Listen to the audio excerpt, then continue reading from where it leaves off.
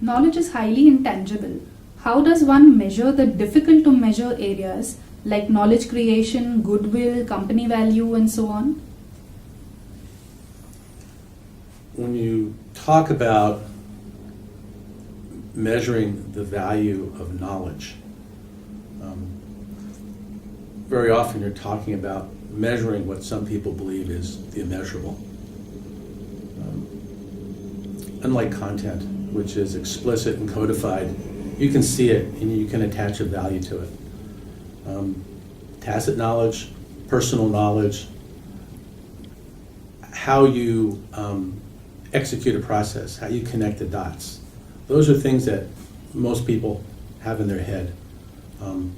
The intellectual capital of an organization in its many, many forms is an incredibly important part of the valuation of any organization that very often doesn't make it to the balance sheet.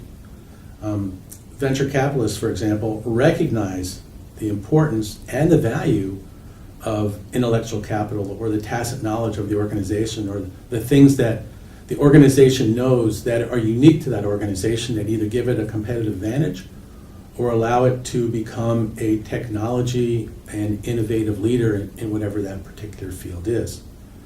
I recently began a relationship with a European company called Areopa.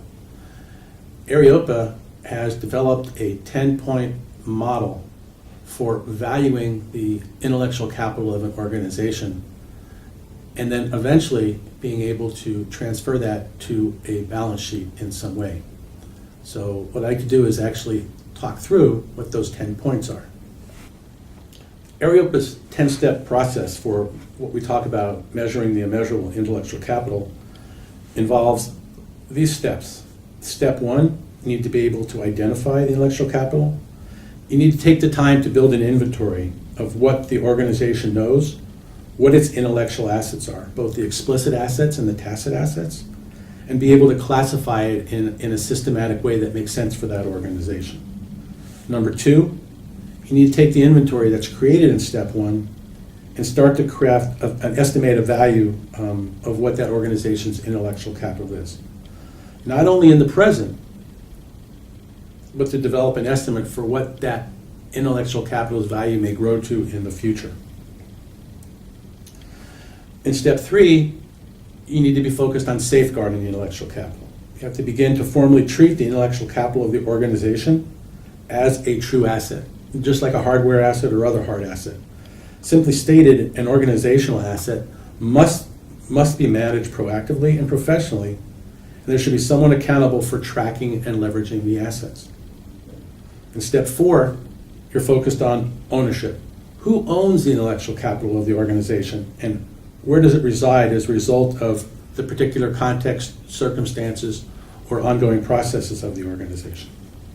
In step 5, you're focused on protecting the intellectual capital.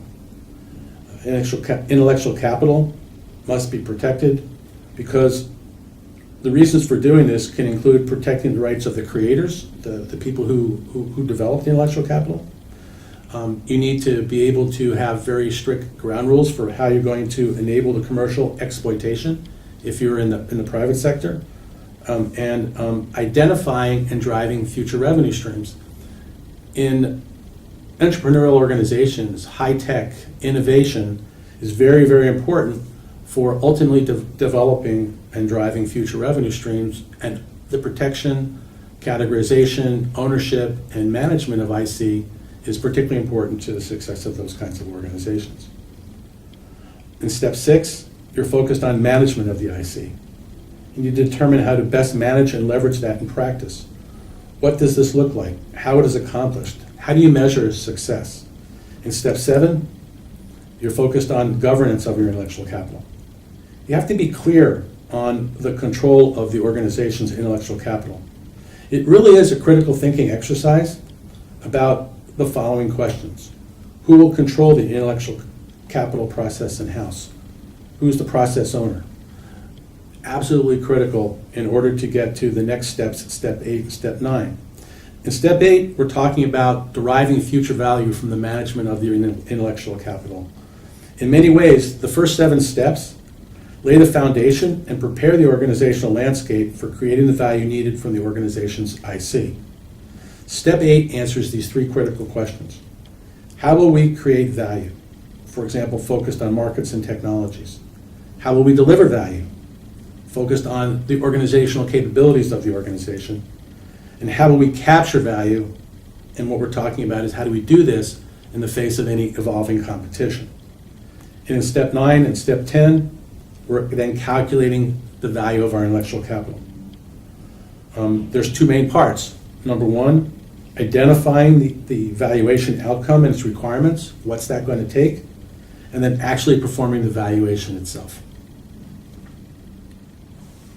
So Areopa's methodology for valuing intellectual capital is rigorous, it's consistent, it's disciplined, and when followed consistently as part of the business of the organization, will help the organization to truly create value from its knowledge.